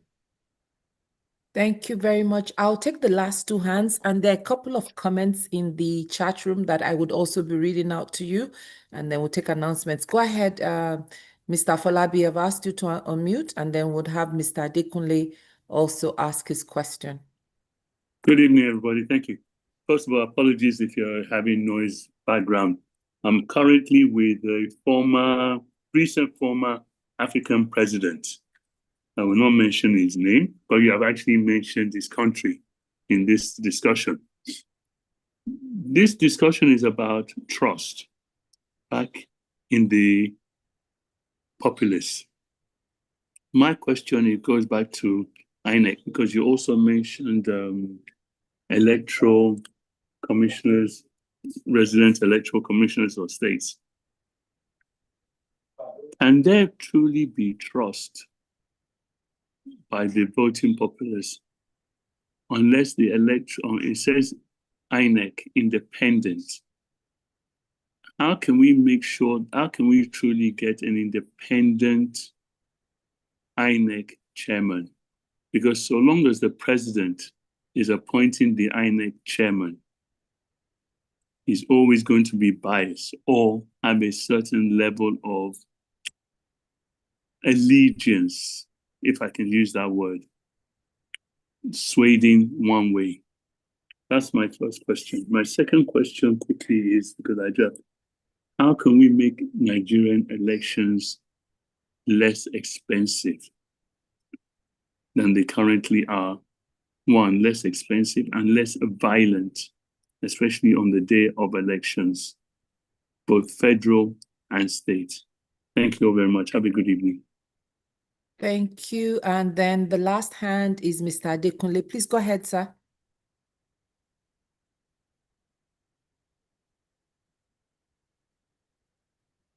We've asked you to unmute.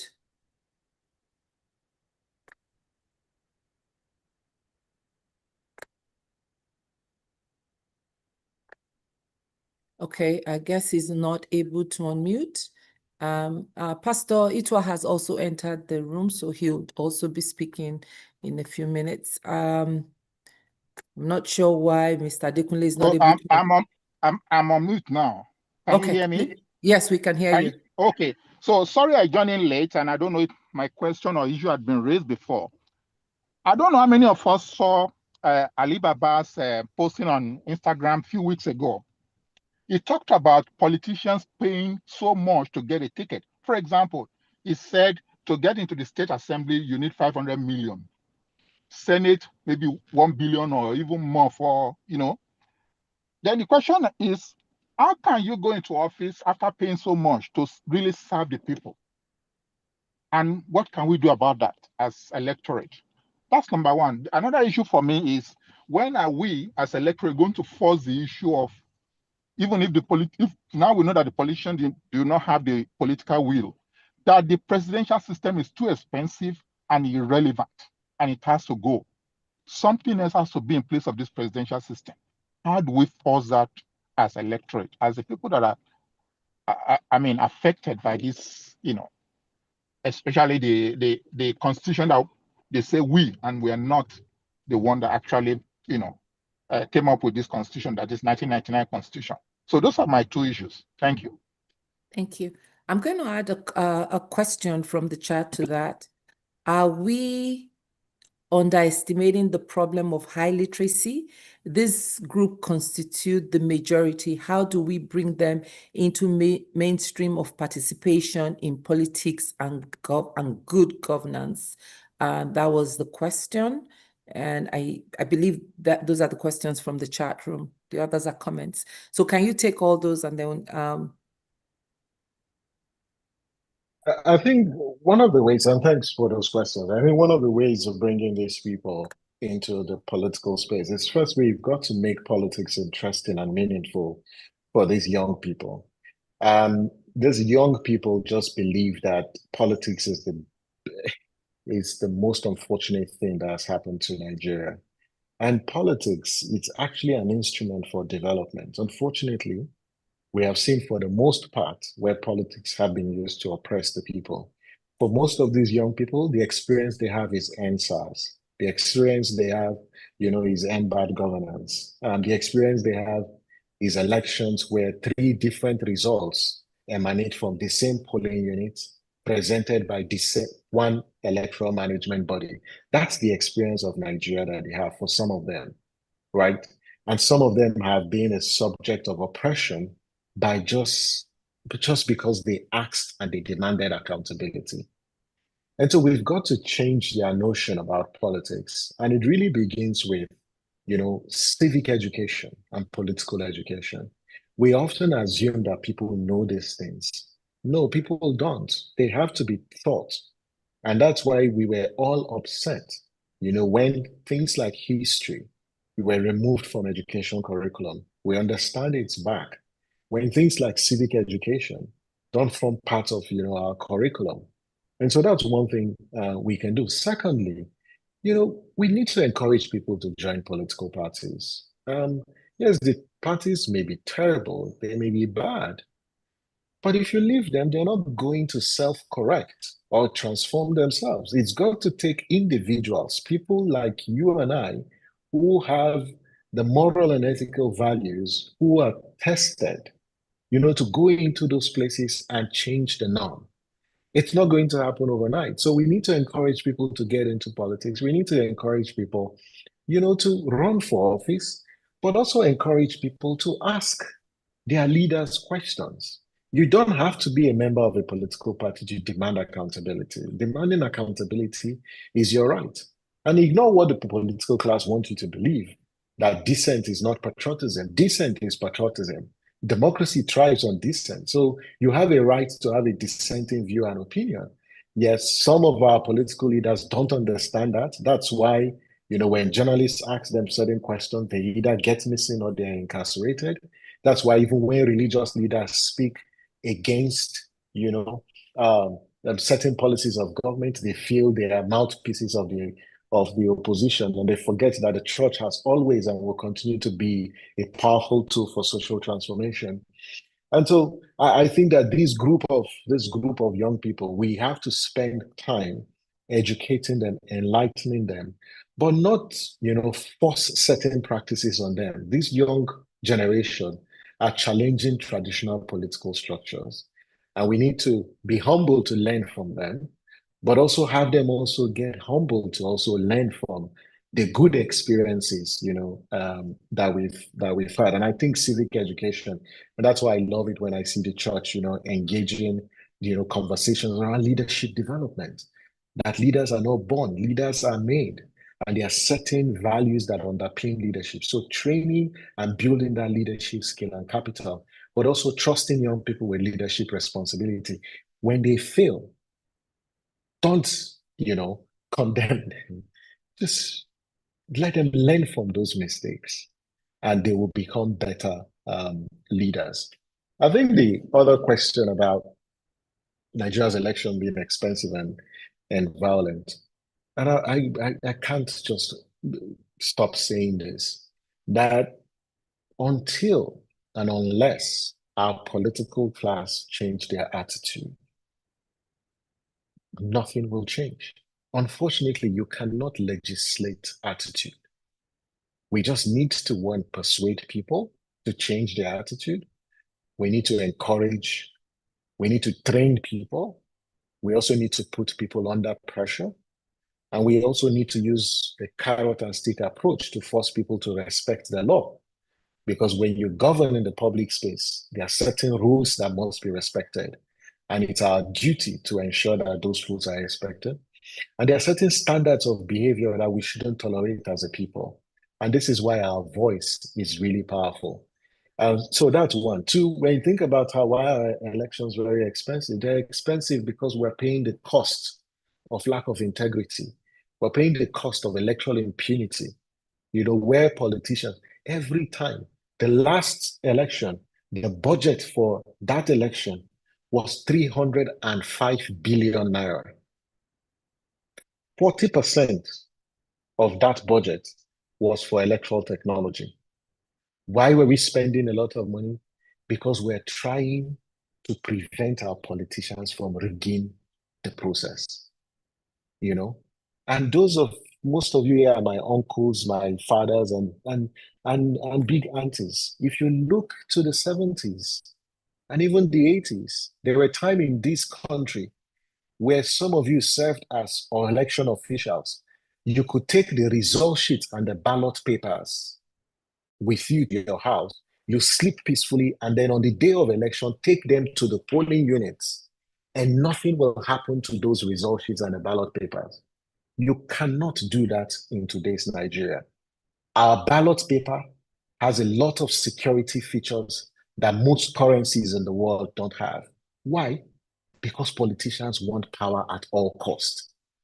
And so we're paying that price. And I think politicians need to change their attitude.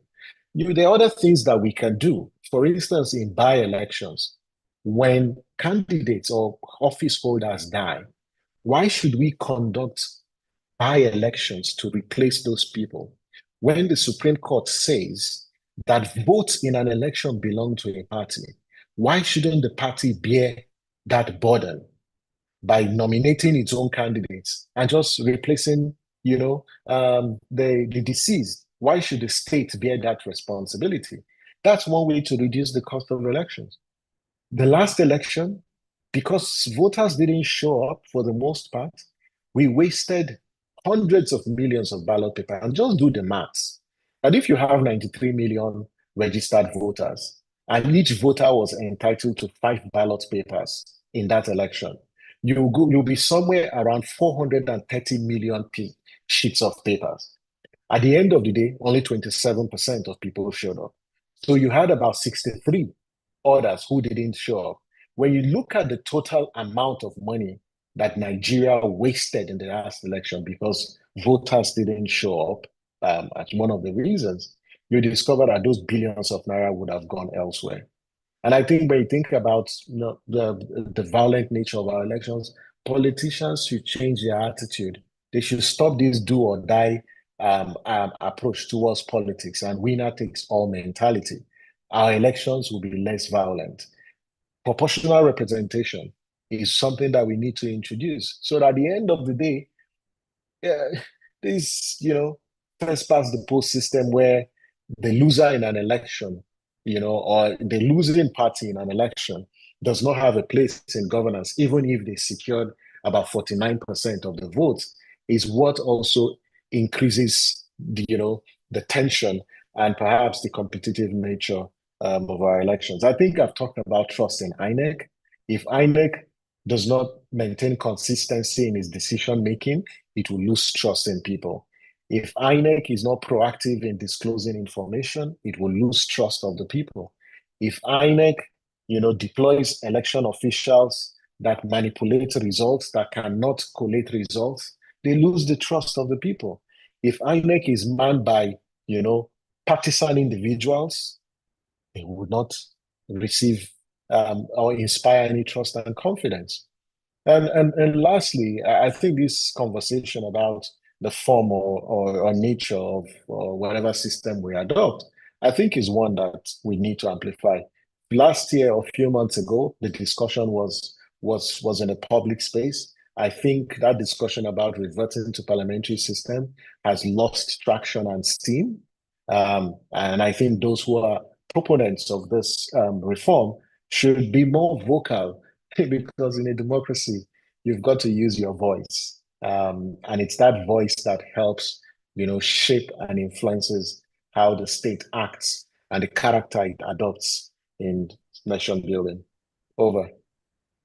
Thank you so much. I want to use the opportunity to put in a couple of plugs, and then Mr. President is in, so I'm sure he has some questions for you.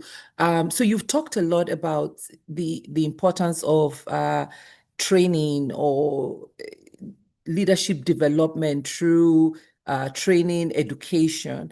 And we have a School of Leadership and Governance here. And one of our flagship courses is the Citizens Engagement, Citizens Responsibility course.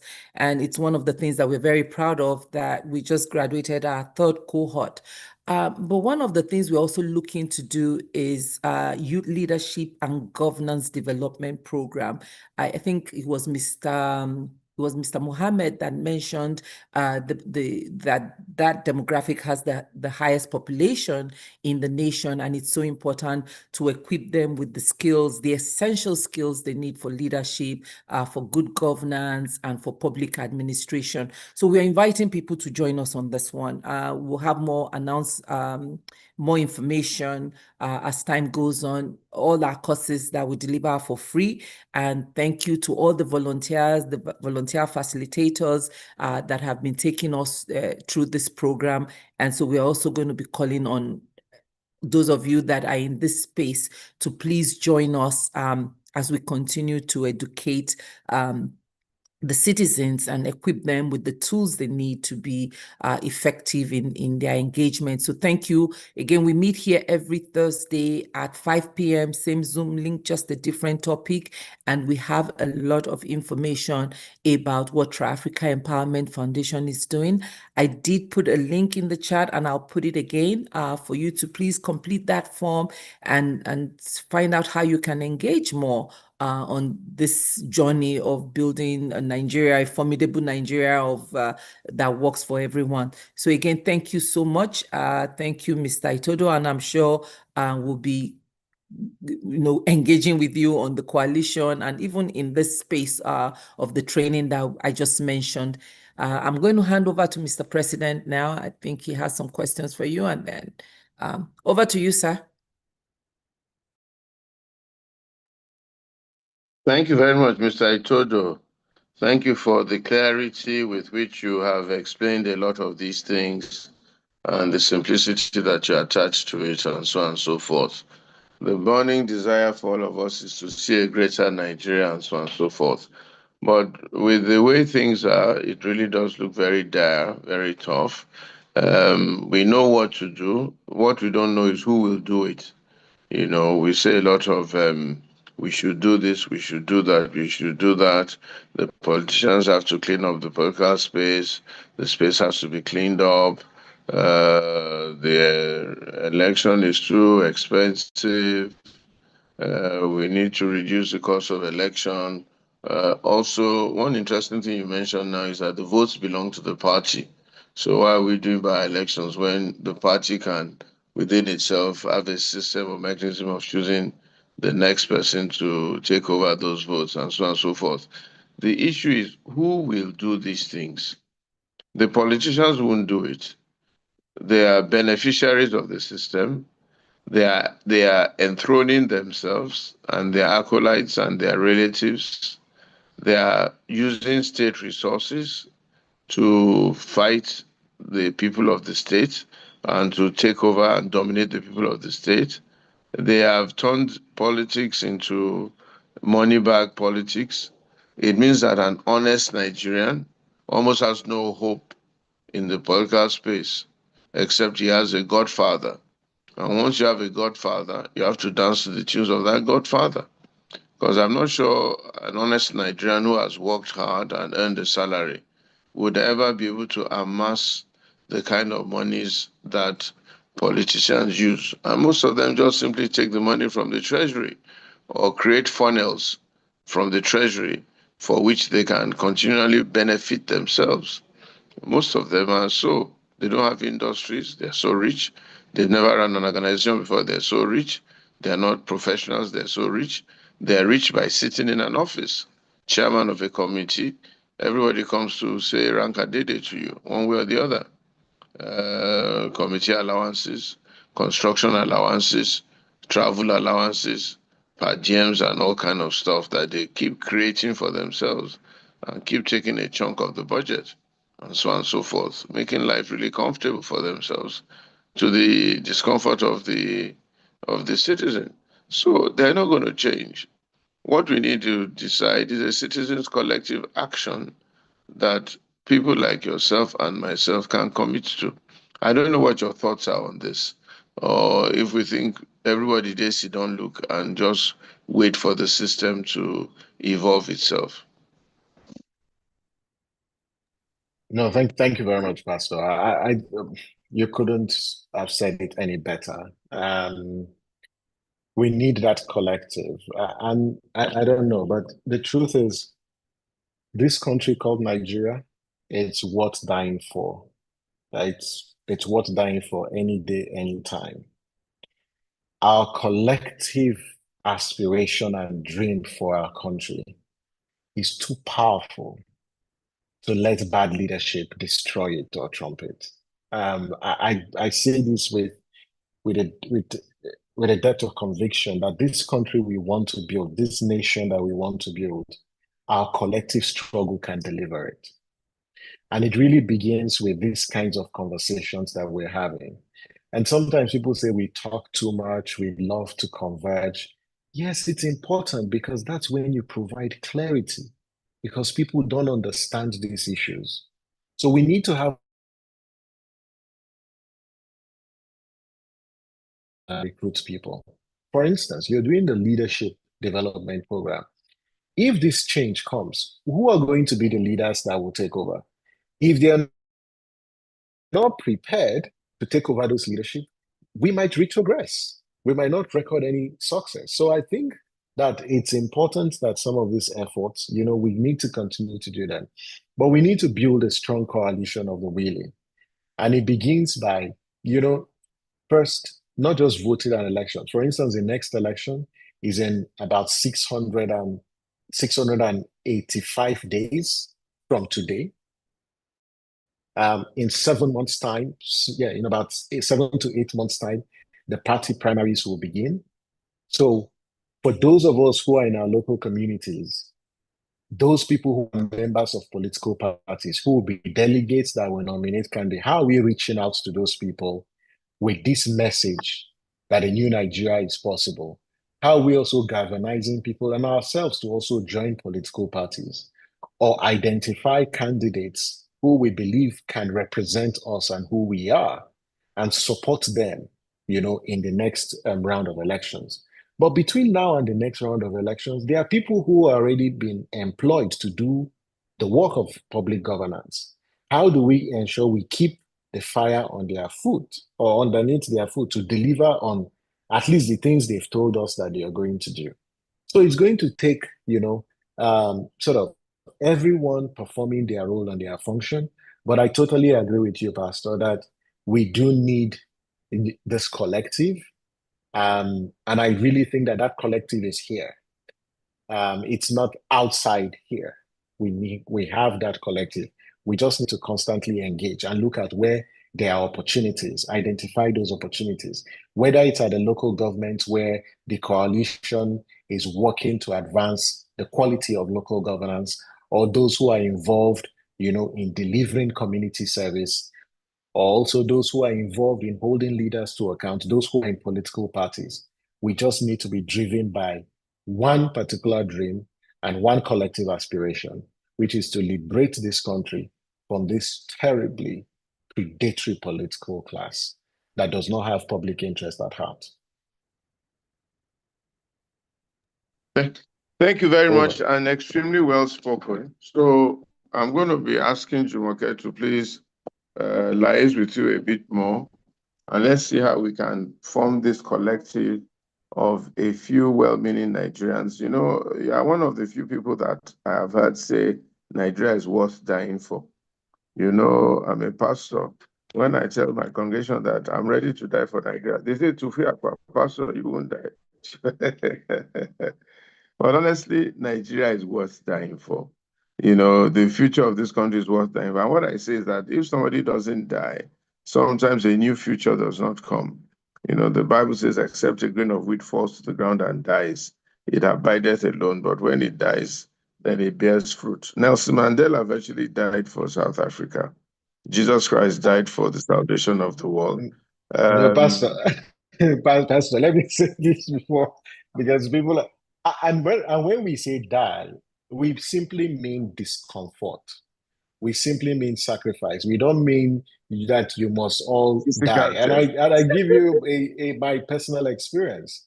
Just this Monday, so for 2 years, for those who have followed our work, when the late President Buhari appointed some people into INEC, we were amongst those organizations that spoke against some of those appointments.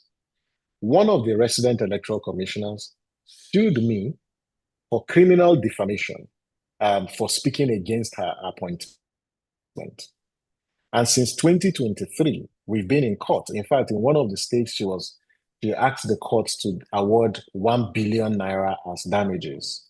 And I was on bail because it was criminal prosecution. And for 2 years, we were in court. It was quite discomforting. It was nuisance. But through God's help, I was patient and I went through this prosecution. And on Monday, the court struck out those charges because of lack of diligent prosecution. And when you think about the sacrifices that we have to make for things to change, for me, that's my own version of dying for the country. And I'm willing to continue to doing that. And it's not just because I work in Yaga Africa, but as a citizen, to change this country will come with some discomfort. And when it comes, just take pride in it, because even the Bible tells us that, yeah, there will be some measure of suffering. And I think that's an expression of it. I just thought to share that. Okay, I think some people are joining their voices to yours. My sister Jane Shoboiki says, we are ready for the discomfort, but I'm not sure we're ready to die or something along those lines. Okay, by God's grace, some of us will sacrifice, some of us will experience discomfort and so on and so forth. And hopefully those sacrifices will yield fruit, because Nigeria is worth it. Nigeria is worth it. If you could have a beautiful, smooth sailing, easygoing Nigeria, I'm sure God would have solved about 25% of his problems in this world, because of the influence that Nigeria would have on a whole bunch of other nations. Anyway, thank you very much, Samson. We're really grateful to you. Thank you for the good work that you're doing. Keep at it, and we'll keep at what we're doing. And then we'll see how we can really work together to Thank you very sacrifice for Nigeria. God bless you all. Thank you all for coming. Thank you for listening. Sonny Jumoke, thank you. Olu from the back end. Faye, thank you very much. Our regulars and our sisters and our brother, thank you so much. One day, one day, one day, one day, one day, our efforts will bear fruit. God bless you all.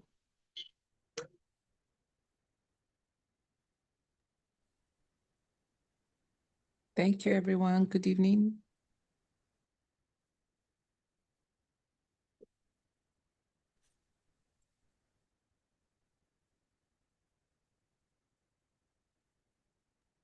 Yeah, I've asked everyone to unmute, so you can unmute if you want to say goodbye. Bye. Bye. Good night. Thank you. Thank you very much. That was a very good one. Yes, it was. We will all live. We will not die. We will live and we will fight. Amen. And work it out. Thank you, namesake.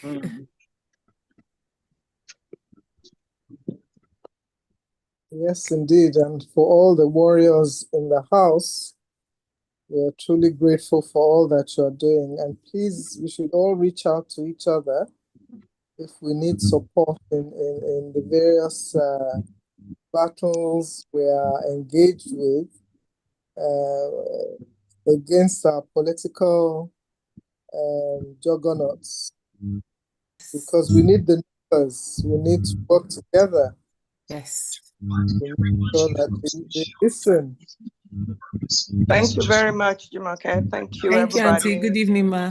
Good evening. Keep up the good work. Thank you, ma. Thank you. Yeshema. God bless. God bless you. Amen. And we were hoping to have Dr. Akin Fakbunda and Stephen join us to kind of give us a recap of the Constitution review, but they are still at the event. So maybe next week they'll be able to share with us how that is going. So I see that as a very long-term project. yes. So Yes. whatever will still take to actualize. That is, even if the current administration. See, now I understand why he protected her with his body. Faye, can you stop the YouTube, please? Can you stop YouTube? Anyway. Faye, please stop streaming.